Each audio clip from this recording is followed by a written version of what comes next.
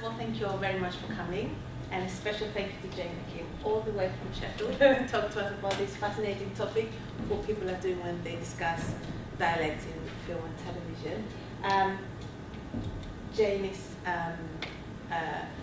professor at the University of Sheffield. She has worked on dialect in literature. She wrote a book about that. Then she wrote a book about dialect in film and television. And then today she's going to talk to us a little bit about that. I'm really, really interested to hear what she has to say, because we're also thinking of doing a project on accents and non-standard accents and how they're represented. So really interesting project. We went to the wrong room. How can I do? Okay, thank you. Well, thank you very much for inviting me. It's lovely to be here today. And you've got a beautiful sunny day as well, so it's really nice to see the university, which is my first time here. As in my introduction, it's actually a book that looks at film and literature together, and it very much grows out of originally a teaching module that I did, which is dialect in film and literature, as well as ongoing research in dialect and literature, which when I do get really specialised, looks at representation of dialect in Romantic period novels, which I would argue, if I was among a bunch of romanticists, is a fascinatingly interesting period for how language variation gets treated in the novel. But I'm not talking about that today. Instead, I'm talking about a slightly different project, which is thinking about what happens and what can we learn from listening to people talk about dialect. And just to start off with, particularly as we have quite a few linguists in the room, when I say dialect, most linguists will be aware of the fact that this is a hopelessly imprecise term, and as I'll be going on to say, in a way, as linguists, we accept the fact that dialects don't really exist. Dialects are ideological constructs. People believe there is such a thing as a Yorkshire dialect, or a Sheffield dialect, or a London dialect, but that really doesn't capture very much about linguistic variation and the way that there are a lot of different features that vary in different ways. The idea of dialect is a cultural construct. But I tend to use the word dialect because it has a kind of general meaning. So I use dialect in film and literature to generally indicate that what I'm interested in is linguistic variation that maps to social and regional variation, but also that I'm particularly interested in it as a cultural construct in film and literature as well. And then the second thing I would say is what I'm talking about today is both film and television. I tend to shorthand that when I get on a roll by saying film, but I always really mean film and television. Narrative, I would say it's got to be narrative television that's telling a story, but loosely meaning both. Okay, so thinking about questions to ask about dialect in film. And I think that there are 4 questions that we can ask, which initially might seem to be quite separate, but when you look at them more closely, really they overlap. First of all, there is the authenticity question, and if you start a conversation in a pub about dialect in film and representations of linguistic variation, what people will often want to talk about is who did a good accent, who did a bad accent. At some point, somebody will mention Dick Van Dyke and Mary Poppins. They might also mention Keanu Reeves in Dracula, which is another famously bad accent. And you can certainly talk about authenticity. Is this a good accent? Is it a bad accent? But in some ways, as a linguist, and I think also from the point of film, it's not a terribly interesting question. Just judging whether or not something is a good or a bad accent sort of tells you perhaps how good the actor was, what kind of budget they had to work on, how important the star system was, but it doesn't necessarily tell you very much about what the film is doing with accent and why accent is important. Nevertheless, as we'll see, the question of authenticity keeps coming back, because authenticity, a bit like dialect, is a really important cultural construct. It's something people think and feel is important, and it keeps on coming into our judgments of what's going on in film. A second question we can ask about dialect in film is what you might term fictolinguistic, which is a term that was coined by Susan Ferguson writing about dialect in literature. And what she means by that is, what is this dialect doing within the world of the film? Not worrying about whether it's a good accent, whether it's a bad accent, how it relates to real world accents, but what does it do within the narrative world of the film? A third thing we can talk about is ideological. What does the representation tell us about how the filmmakers, broadly understood, think about dialect? Well, how does it reflect the understandings of dialect and language variation in the world within which the film was created? And as I'm talking about, Lippy Green, Rosina Lippy Green does some really important work looking at the ongoing patterns of dialect in film and makes some arguments that are heavily ideological, saying that the representation of dialect does a lot of work at an ideological level. And then finally, well, the one that I'm really looking at today, but as I say, it keeps on bleeding into all the other questions as well, is perceptual.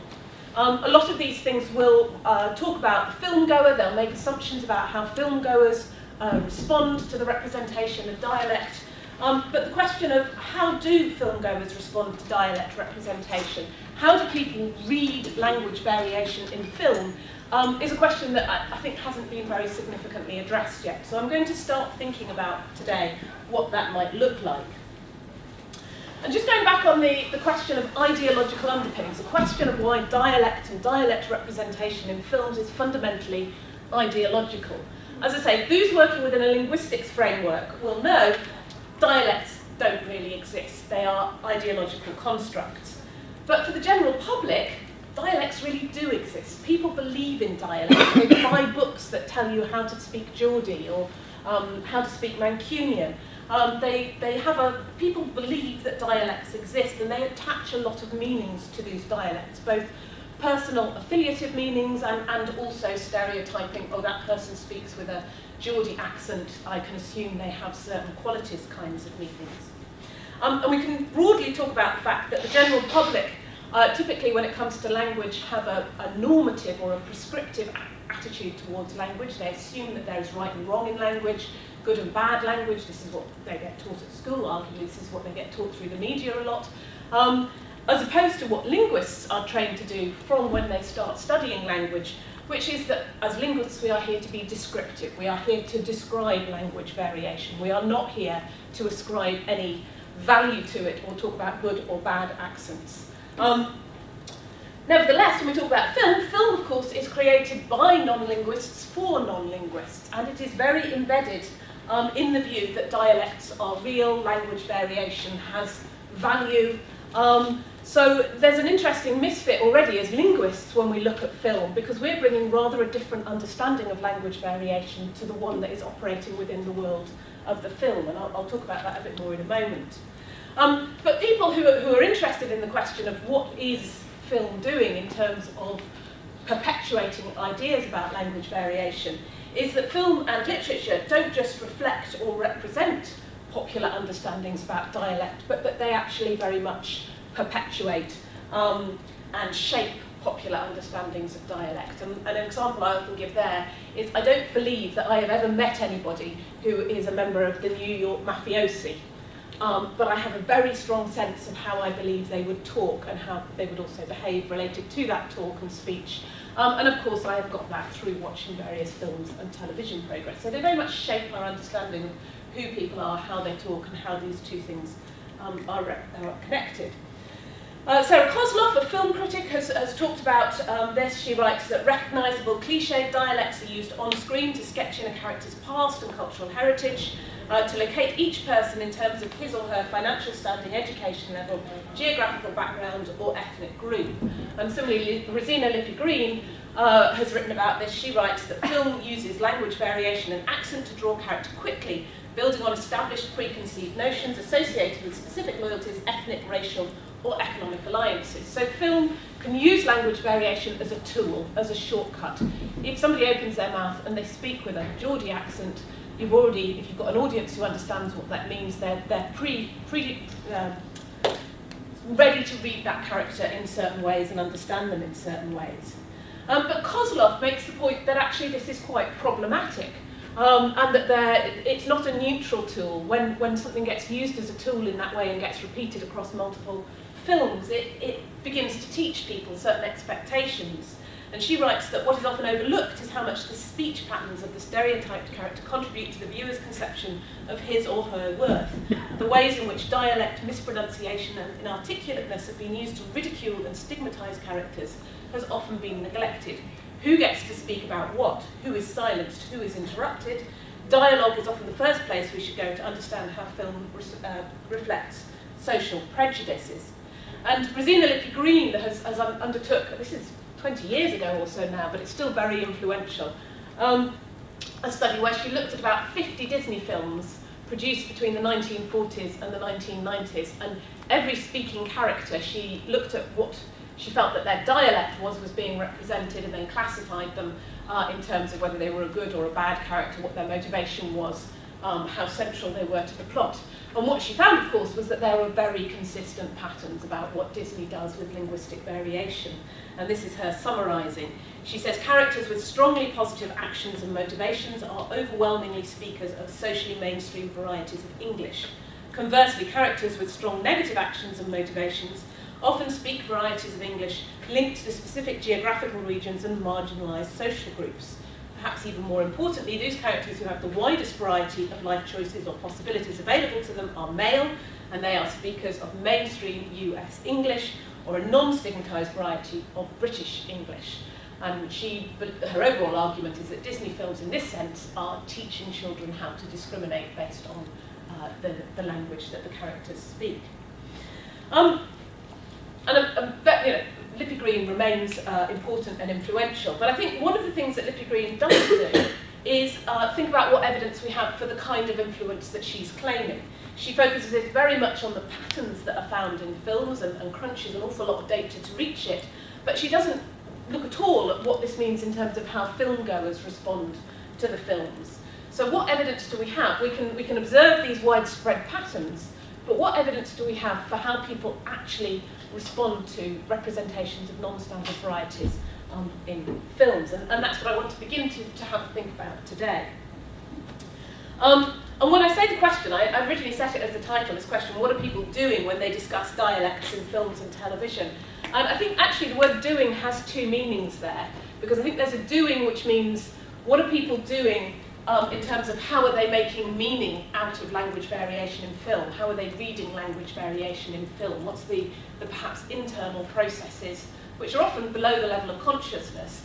And then on the other hand, of course, the evidence that we look at is when people talk or write about dialect in film and television. And of course, as soon as they are speaking out loud, responding to questionnaires or whatever, what they are doing is responding to that questionnaire or going on an internet forum.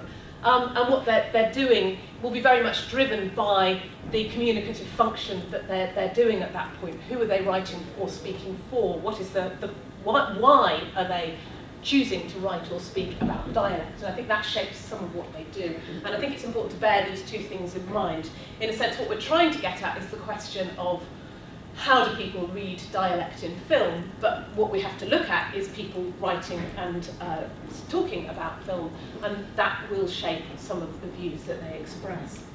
And I'm going to run through, fairly quickly, 3 different sets of information that I had about this. So 3 different sort of small-scale studies, just beginning to look at different sorts of evidence for trying to get to this question of how are people reading language variation in film. The first example, which is actually not about film, I'm afraid, it's about a literary example, but I've included it because I think it's useful and interesting and somewhat salutary for us working within the institution of a university. It's a recorded seminar with some of my students where they were talking about language variation in literary text, and I was interested in thinking about what are the views that they're expressing and how do they express them. The second one is looking at internet discussions online. The birth of the internet means that there is an awful lot of information out there where people are talking about language variation in film. Surely we can harvest some of that and use it to understand people's attitudes towards film. And then finally, a pilot study for what we might term a mixed guise study, the staple of perceptual dialectology, where you play people clips of people speaking with different accents and ask them to respond to those accents.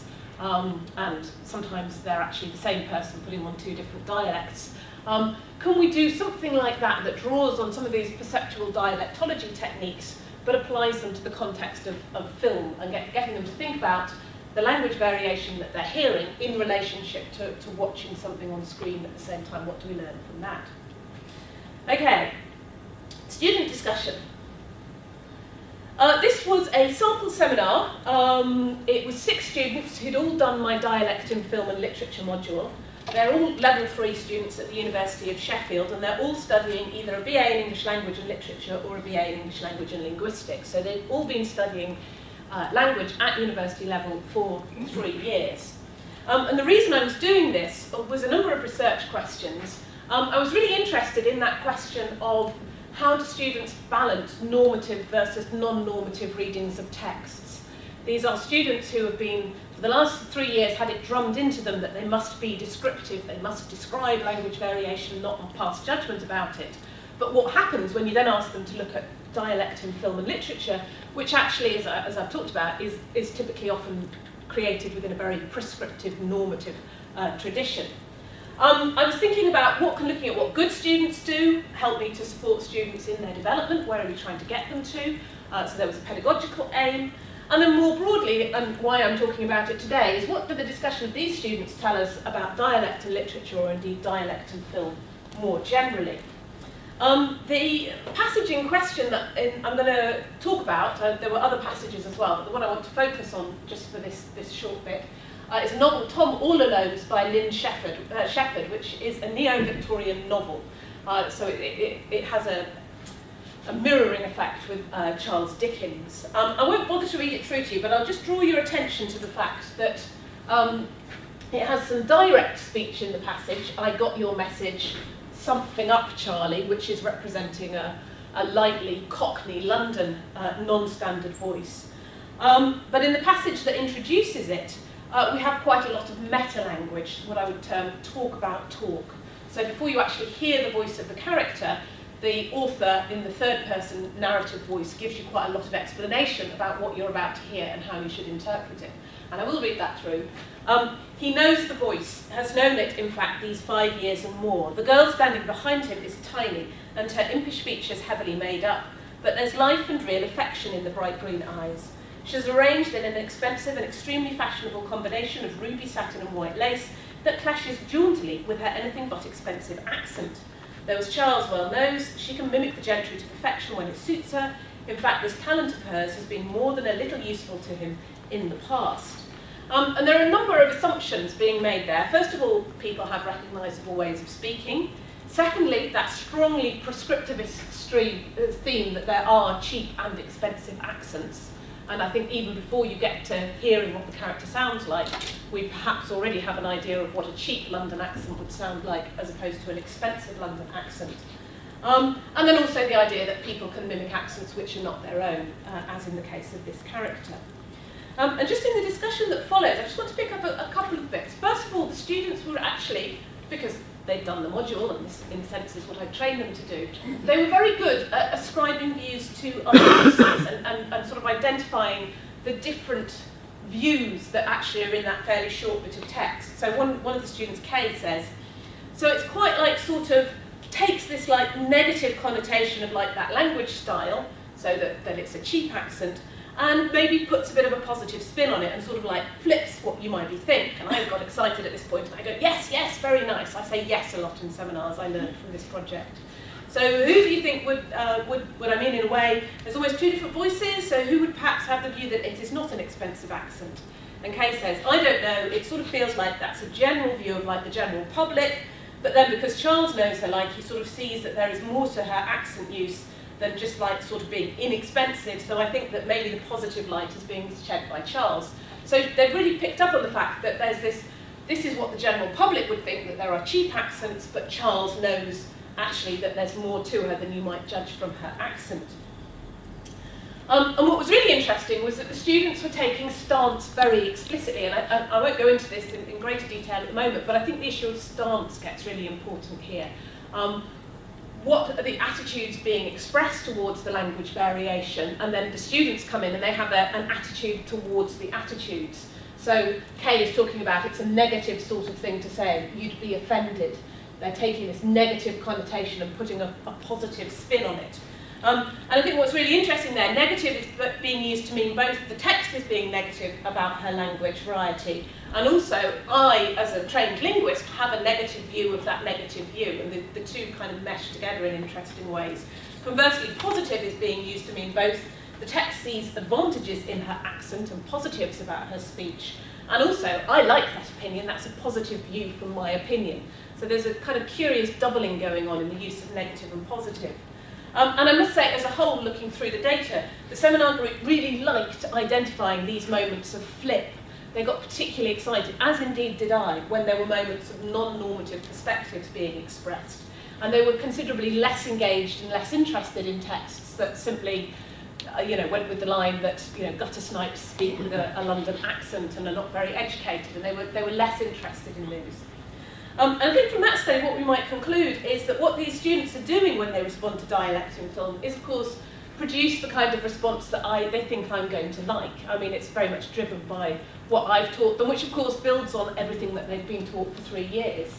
It also meant, I think, that they were less critical than they might be of the ways in which the text actually reinforces normative perspectives, because the text isn't saying, actually, let's all be descriptive about this, all these language varieties are equal. It's saying, we might normally expect this, but here's actually a character that doesn't apply to. There's an exceptionality to the character who can mimic different accents, but it doesn't really challenge the underlying ideology. And what I think I learned from that, and why I wanted to talk about it, is because I think it means that they, and by extension me too, are distinctively odd readers of dialect in both film and literature.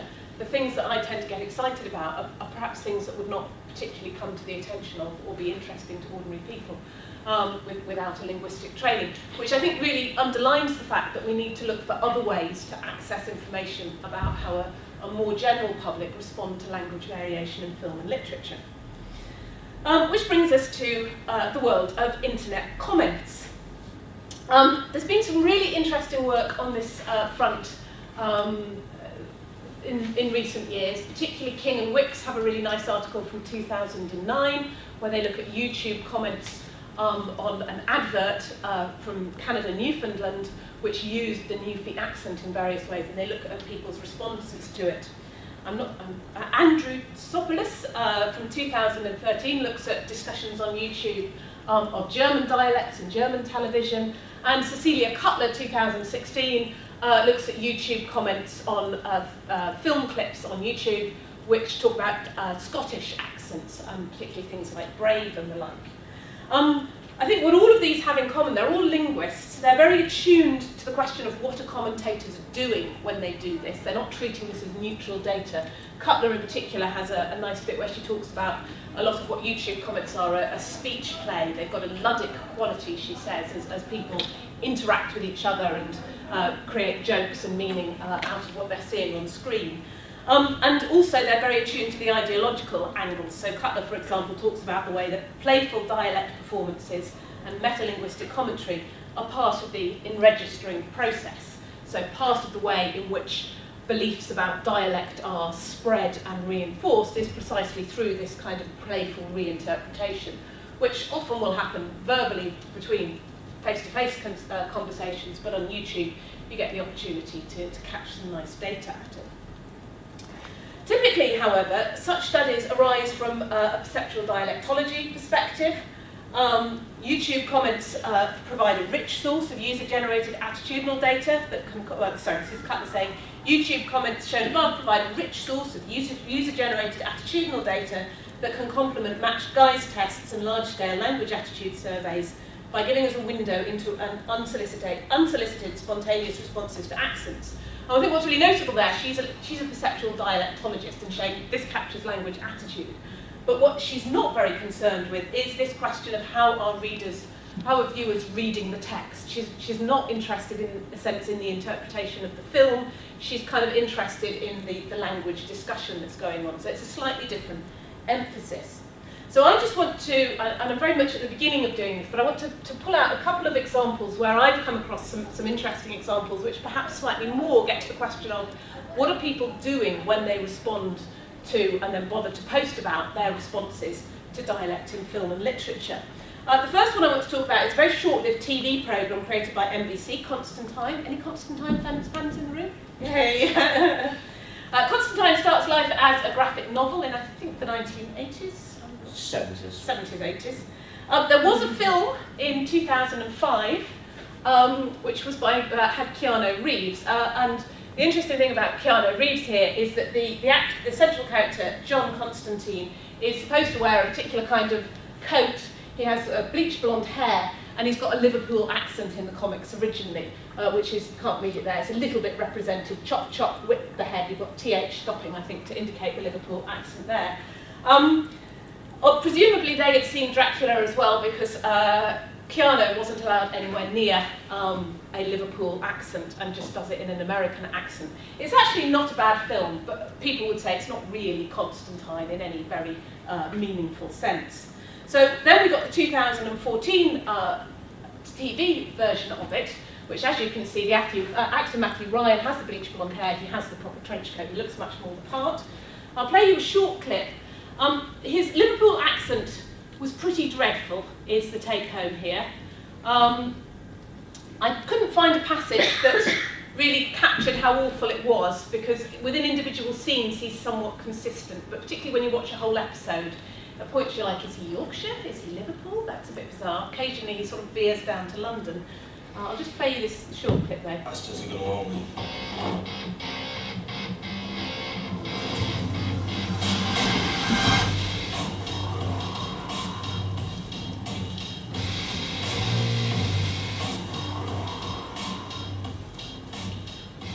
My name is John Constantine. I'm the one who steps from the shadows, all trench coat and arrogance. I'll drive your demons away, kick them in the bollocks and spit on them when they're down, leaving only a nod and a wink and a wisecrack. I'll walk my path alone, because let's be honest, who'd be crazy enough to walk in with me?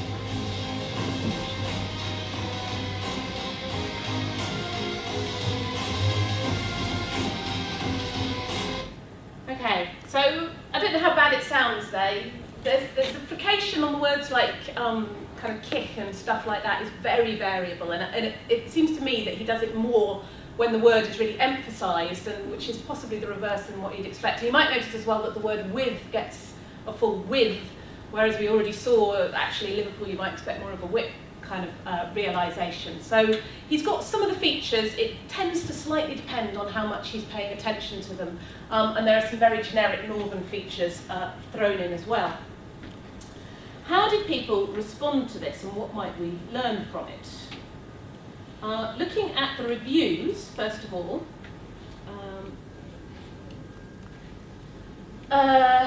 AV Club, which is an American website, said, Constantine's even English, thank God. Enough bad American accents are doomed to wander American television as it is. So an American website felt, English is close enough. We like it, it's English. Another American site says, this new TV show presented a lot of surface-level fidelity from the get-go. There's a British actor, he's blonde, he's got the proper trench coat, so even here it's British, not English, and he's British, we're not going to worry about the accent. In terms of the authenticity, there's obviously, having the trench coat, being blonde and being British, this is much better than Keanu. I think Keanu lurks under all of these comments. Yes.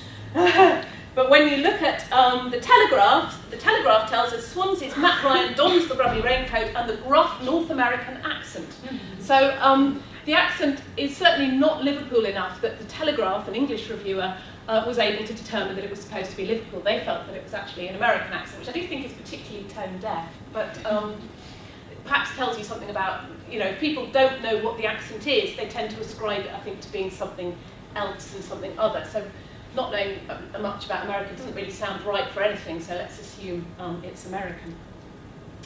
And you get a lovely comment like this one, which was on Reddit, and there was quite a long chain, which I won't talk about all of it. But somebody here talking about, as someone from Liverpool, I can honestly say that Constantine's accent is a fucking mess. It goes from Manchester to London via Ireland, cutting through Wales. Constantine is from Liverpool, he should sound like he's at least a little bit from there. There's no Liverpudlian in his accent whatsoever. Yes, the actor's Welsh, get him to learn the Liverpool accent. Liverpool is very close to Wales. and so forth and so on. What's really interesting there, I think, is the extent to which the emphasis here is very much, I know about this because I am from Liverpool. As someone from Liverpool, there's no Liverpool in his accent. A few different responses. All right, calm down. If he had a proper Liverpool accent, no bloody Yank would be able to understand him. They are asking to have Gerrard subtitled, for fuck's sake. Gerrard being a famous Liverpudlian footballer. And the point here is there's this question of, which goes through a lot, and it's not intended for you, it's intended for somebody else. And this idea that authenticity would be too hard to understand, therefore it doesn't really matter. Somebody else saying, I understand the sentiment, picking up on the comment, I understand the sentiment that most Americans won't notice the difference between the accents. But you get that it's not just Americans who watch this show, and presumably an American coming in saying, I'm guessing that because of the NBC being the network behind the show, they would be paying more attention to the audience on their side of the water. Having a recognisable English accent would probably be more important to them than having a regionally accurate accent, which you might argue is a fair point, and I particularly like this one. As an American, it all sounds the same to me. And again, you've got that sort of, if it's an accent from over there, who cares?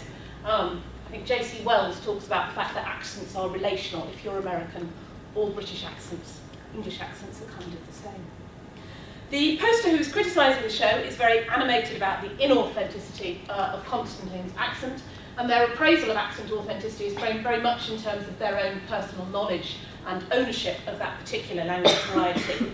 And the counter-argument is about who the show was produced for and by. So there's a different kind of cultural ownership there, and an explicit saying, I don't care if it doesn't sound good to you as a Liverpudlian person, because an American person, it's never made for you. And we get this kind of thing played out. And I will just play you, this is almost cruelty, but if we have a few linguists in the room, you might enjoy this. This is Matt Ryan explaining his accent choices.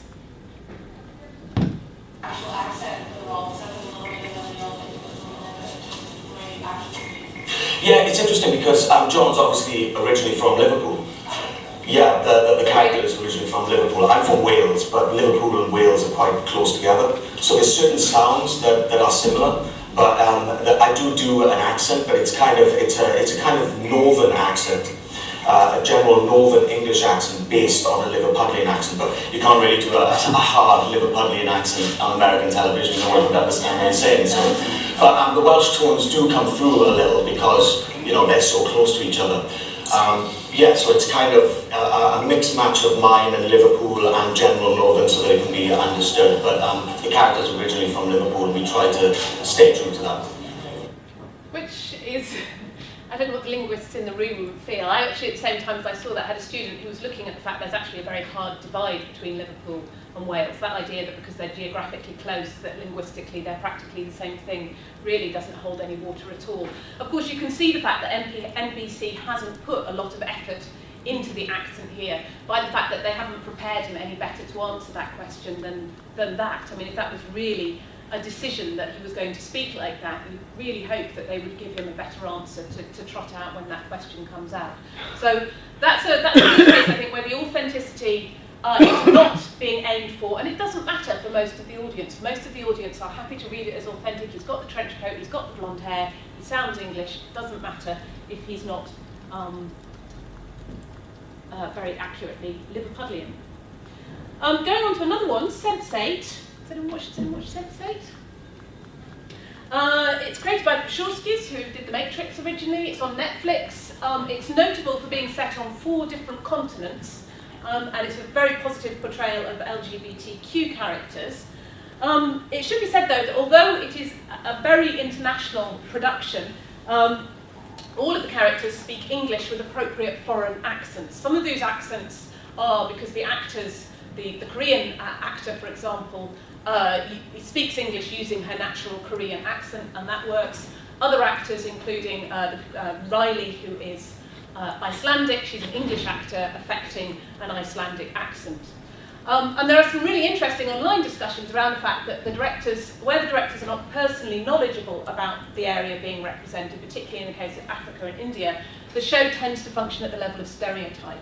When they're in America and when they're in London, it's rather better, and it's got a greater sense of authenticity for what that's worth, but everything else is a little bit playing on media stereotypes. And particularly interesting, the actor playing Capheus, who is a character from Kenya in season 1, was apparently trained in a West African accent by mistake. They got the wrong side of the continent and didn't notice until the filming had finished. They obviously told his dialect coach to give him an African accent, and they got the wrong place by several thousand miles. One of the bits that I would like to talk about is there's a scene early on where the Icelandic character talks to two characters who are sort of London lowlifes. And on an online discussion, I came across this.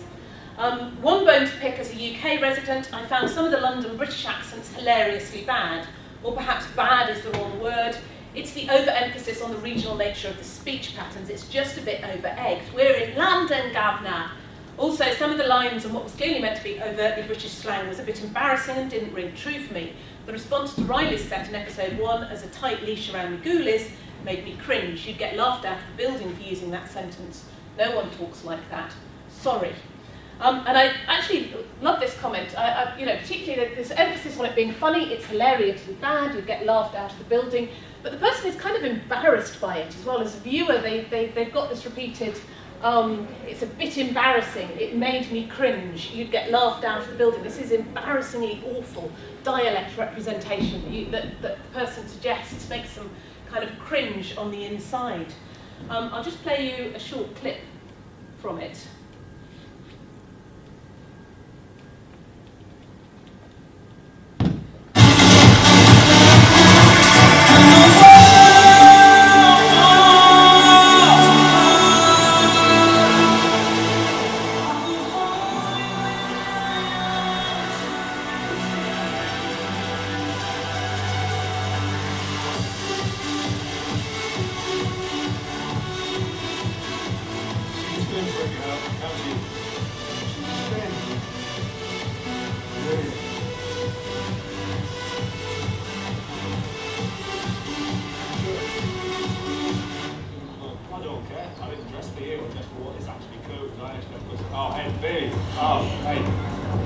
That set was on fire, man. Yeah, the vibe was cracking, Miles. It was like a tight leash around the ghoulies. I've seen a lot of people playing.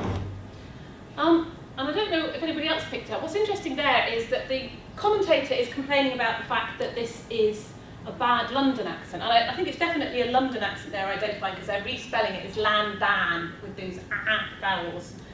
But I think the characters and accents are actually Newcastle. These are Newcastle actors doing a Newcastle accent, and that some of the exaggerated regional up and down that they can hear is actually Newcastle. So here you've got somebody who's English, who's embarrassed by the regional English accents, but I think they're actually misidentifying what they're hearing and hearing as London and a bad London accent. Something's actually a proper Newcastle actor doing a Newcastle accent. And what's particularly interesting there as well is, okay, so you've got that problem of authenticity. It feels really inauthentic and cringe-inducing to that person because they're identifying it in a certain way.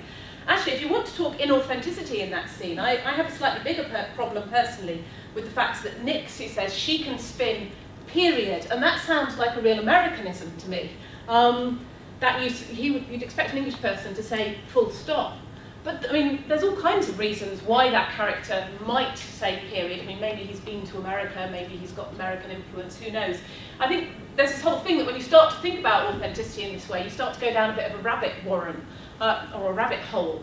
Is that authentic? Isn't it authentic? Is there reasons why that character might speak to that? Is it authentic if characters always speak and use exactly the phrasing that we would expect? And also this question of, it's about what you're expecting. If you're expecting that to be a London accent, it sounds inauthentic. But if you've identified, actually I've seen that actor in something else, I know that they're Newcastle, it perhaps sounds less inauthentic. And I think all of this, both the Constantine and then the Sense8 discussions, of course, these only arise because there is a perceived problem. That people tend to go onto the internet and complain about accents when they think that there's an inauthenticity or when they feel offended that somehow their language variety has been misrepresented. People don't go onto the internet to tell you that the accent was perfectly fine and exactly what they were expecting. So I do think that there's a real limit in terms of what accent discussions. I think they're interesting, I think they give you a useful view, but they're limited because they only occur at moments where there's a perceived problem. Which brings me on to my final topic, which is, can we develop a method for doing a matched guise approach to thinking about representations of dialect in film and literature? And we have done a pilot project. This was carried out by an undergraduate student, Kate Hunter, with me supervising in summer 2017. It was one of Sheffield's, what they call a Sheffield undergraduate research exercise project, where students receive funding for 6 weeks over the summer to do a project that they've worked out with a supervisor. And the aim of the project that Kate did was to see whether we could devise a matched guise style experiment for film dialect. And in fact, there's a really good article by Jaff and Walton that I've put in the references, where they do something that draws on matched guise to look at how people respond to dialect representation in literature, and get some really interesting findings that talk about, a lot of it depends on the stance of the person reading it and what their attitude is to the accent that they're looking at. And the idea was, could we find anything similar? And what Kate did was she chose some short scenes from the animated Netflix movie The Little Prince. She then recorded 6 different speakers, 3 male, 3 female, one with a German English accent, one with a French English accent, and one with an English accent. And she laid the voice recordings over the animation. This was very lo-fi. She is not she doesn't do film.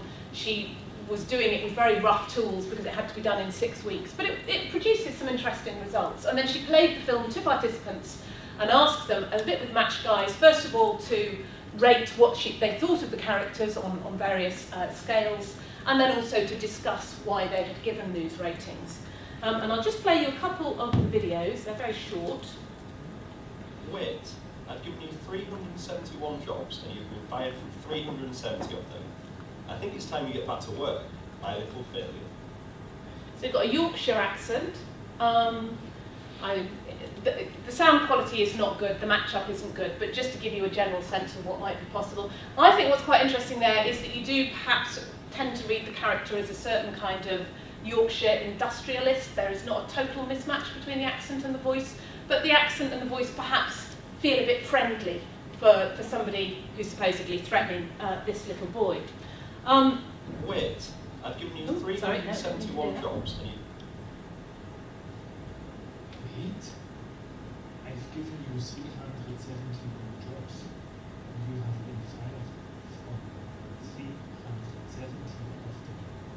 I think it's time you get back to work. So there we have it with a German accent. Sorry.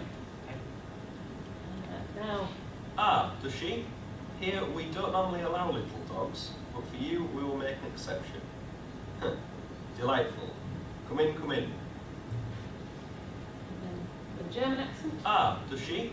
Oh, no, Here sorry, we don't normally sorry. Ah, does she? Here we don't normally allow little dogs. But for you, we will make an exception. Delightful. Come in, come in. Ah. Okay, and what Kate wrote up in her report was as follows. The interviews revealed that although accent did make a difference and many comments on the accents were passed, people weren't willing to judge the characters purely on their accent as straightforwardly as anticipated, but chose to mainly prioritise appearance, even if what they saw and what they heard didn't necessarily match up. Now, this was a really small-scale project, and although we did create some graphs, the graphs for the small numbers are just, I think, not terribly informative, so I'm not going to show you.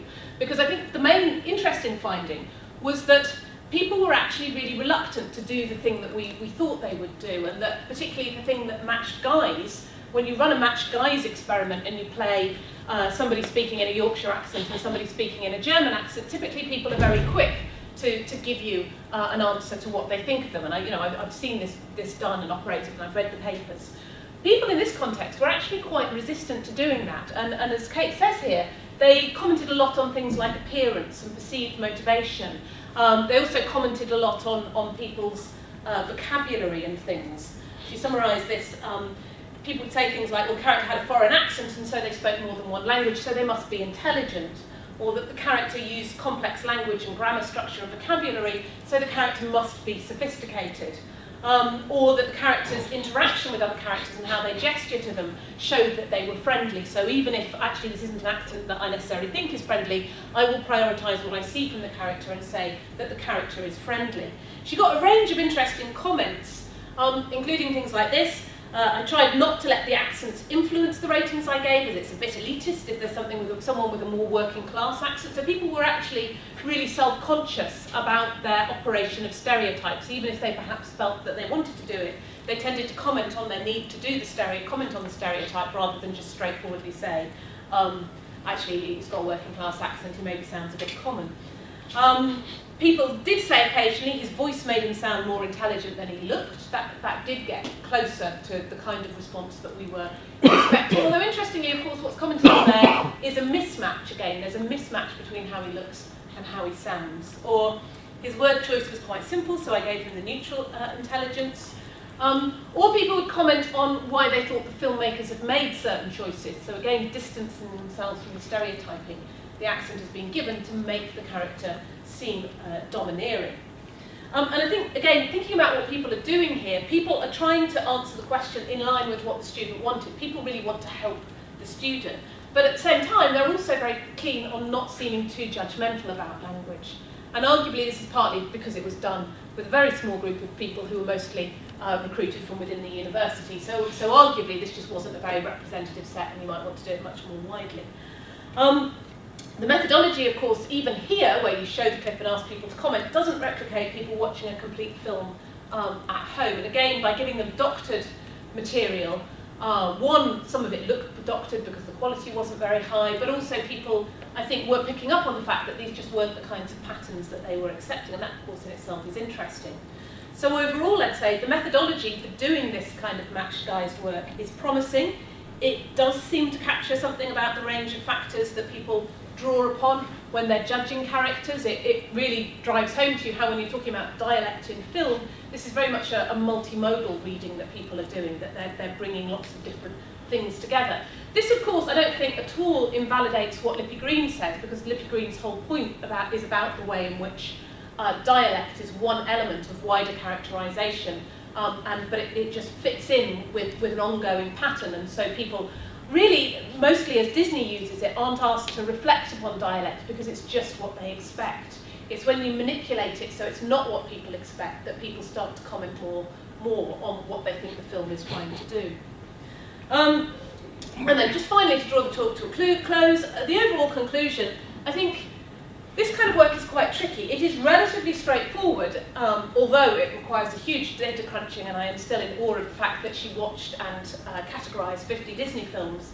But the task of looking at the film and commenting on the patterns of dialect allocation is in a way relatively straightforward. If you've got the time, you can do it. And of course, you can also make the observation that those repeated patterns that Lippy Green observed don't occur in a vacuum. They're there for a reason. They're forming part of the film. They are a tool, as Kozloff and Lippy Green say, that the filmmakers are using. But nevertheless, this question of investigating how people read film dialect, as I've tried to do today, is actually a really complex problem. How do we access what people are doing when they read film? And as I've said, the only thing we can do is give them prompts in order to get them to comment on it, or go out and look at internet comments. And those things are really hard because they're always affected by what the people are doing on an internet forum. Why are they bothering to type this into an internet forum? If I ask them to comment on these characters, they are always doing that in a highly artificial environment. But certainly the results thus far, I think, suggest that individual responses to dialect in film are highly contextual and highly individual. They depend a lot on how familiar the person is with the dialect that's being represented, how aware the person is of whether or not that's a good accent, even if actually their judgment is not a good one. That perception of authenticity and inauthenticity is really important. And I'll leave it there.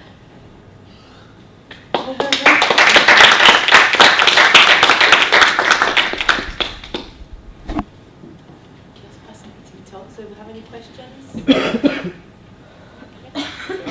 Do you think, you were talking about feelings of ownership over an accent? Yeah.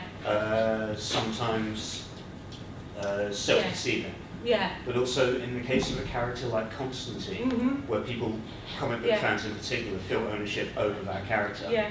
You said there was about Keanu Reeves, so NBC were very much positioning their Constantine as, this is the real Constantine, this is the authentic Constantine. Yeah. So the knives were out for that. Yeah. Do you think there are instances where ownership of, say, a story or a character overlaps with ownership of an accent? Absolutely, yeah. No, and I think that's a really good way of putting it, actually. I think you're right about the issue of Constantine being that one of ownership. And partly, I think as well, it's interesting with Constantine, which I think had lots of other problems with it anyway, but I do think that perception that actually the accent wasn't any good did help to sink it, that they were going for this notion of this is the authentic one. And then actually, as soon as people in Britain start saying that's a really awful Liverpudlian accent, it doesn't help the critical reception of the film. I think there's this repeated pattern when you claim that you're going for authenticity and then it turns out you're not being authentic. That's actually hugely problematic for filmmakers and marketers. But a lot of it depends, of course, on who gets into the conversation, because I think with Capheus in Sense8, the point is that there aren't a lot of African people on the kind of internet forums that most Western English and American audiences look at, so they're not hearing the voices saying, God, that's bloody awful Kenyan accent, what on earth did the filmmakers think that they're doing? So in a way that somehow seems to matter a lot less. But yes, and I think it comes back to that notion of stance as well, so ownership and stance. What do I feel about this cultural product, and what do I feel about the accent being... I'm not doing anything very clever with stance yet, but stance keeps coming up. It's about people's attitudes and their positioning in relation to the dialect that they see. Which is a lot of what Jeff and Walton talk about, that when they get people to read out South American accents, a lot of it depends on what people's feelings of affiliation with South America is more generally. Can I ask how you chose your data for the internet forums? Because I guess there are many. Yeah, I mean, as I say, that's not very systematic yet. That's me sort of thinking about what is out there and what could you do with it. I mean, certainly with people like Cecilia Cutler and King and Wicks, which I guess would be the studies that one would look to. I think in both of these cases they pick something which seems to produce interesting comments, and then they harvested out all of the YouTube comments and then find ways of analysing that. And in a way, with both Sense8 and with Constantine, my approach has been similarly. I think there are interesting accent and dialect issues with both of these TV series, so then I went and looked to see what people were saying and found some interesting threads. Although interestingly on those, you didn't really find much under YouTube discussions, because it's not quite the same where people are posting things up and then commenting upon them, so they don't tend to produce interesting YouTube threads. It is things like Reddit, which you could find where people comment on something. But I don't know what I'm going to ask you, what do you think would be a good way to trawl for that? In a way, you need something that's going to generate these conversations. Yeah. Because if all you look for is just any show, people don't comment on dialect when they're happy with the dialect. Which I'd say, in a way, is a problem with using internet forums for that kind of work, because all you're getting is instances where people perceive there's a problem. But I suppose that's when people talk about dialect in real life, when they think there's a problem. Yes. Yeah. Something to correct. Yes, that is true. You wouldn't. Yeah. Yes. And what you get at that point is you do get different views with the people. Some people saying, actually, this was hugely problematic for me, and other people saying, as an American, it all sounds the same to me. I didn't even notice what you're talking about. But the American would only say that if somebody else has first said it. The American is only prompted to say that because somebody else has already raised it as an issue. I do think in that one there's a certain element of squishing the Brits back into their box. We don't care about your authentic accents. There was a spate of articles in the 1980s in the broadsheet newspapers about Glasgow audiences, initial Glasgow audiences for EastEnders, who kept saying, I can't understand what's going on. We haven't heard these accents before.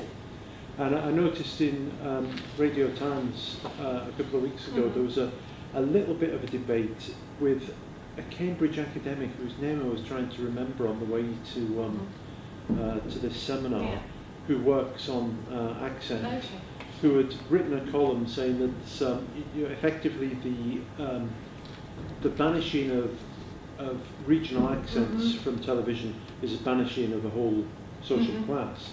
And one of the Radio Times resident columnists replied, unprecedentedly the following week, saying, "What a load of old tosh! I was working class. I put myself up by bootstraps, and etc., etc."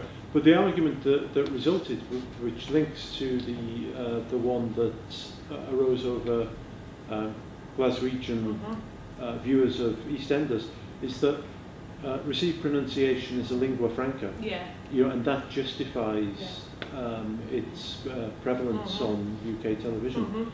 How do you feel about that? Well, there's a lot of issues there. I can guess. How long have you got?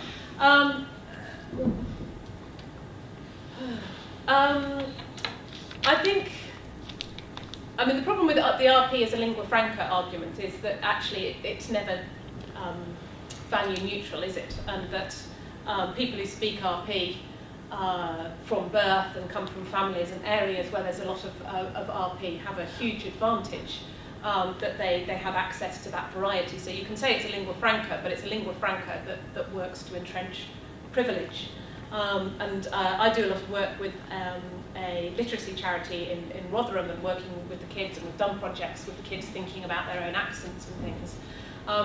And the fact is that these kids who speak with fairly broad Rotherham accents, which is all part of belonging to their community and belonging to their families, and telling them that people are going to be prejudiced and may make jokes about their accents in certain contexts, what do you say? But the fact is that will probably happen, and I think it's that whole problem that saying RP is a lingua franca ignores the fact that you're actually talking about people's home languages and people's natural languages.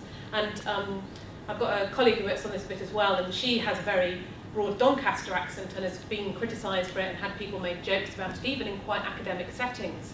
And the point is that we should be, in a sense, seeing a variety of accents, and it's a great deal easier to learn to hear an accent than it is to learn to speak a different accent, and it doesn't require you to give away your home affiliations and who you are and who your family is to learn to understand a different accent. So yeah, I think my view is we should have more accents on television, and the RP as a lingua franca argument is a deeply flawed one that ignores the realities. What I would add, because I think that I'm in total agreement with you, but what I would add, as a to expose some of the policy issues on this is to have a historical view on received pronunciation, because it was invented for broadcasting. And it was invented specifically for royal broadcasts from the 1920s onwards. So that being the case, it's not a natural lingua franca by any means. It's one that's been enforced by a whole set of power relations. Absolutely, which then become invisible, and it just seems completely natural, and it's very easy to ignore what's really going on. I mean, it's interesting, there was some work there recently, wasn't there, with EastEnders, where actually there are some influences from EastEnders that have got into Glasgow speech or something, some researchers are saying. It sounds a bit unlikely to me, but who knows. Of course, the question of who gets subtitled is a hugely political one as well, and there's occasionally been uproar in Parliament over some trawlermen getting subtitled, and the implication that they have to be subtitled because people can't be expected to understand them. That led to the MP of that area asking questions in Parliament. So, well, on the BBC, that's gone mad, hasn't it? People needing subtitles, supposedly, or being given subtitles, who to me, sound more cogent than some of the presenters. I think it's about trying to put some of the emphasis back on people understanding a multiplicity of accents, rather than always saying, RP is the natural and everything else is a deviation, and people needed to be able to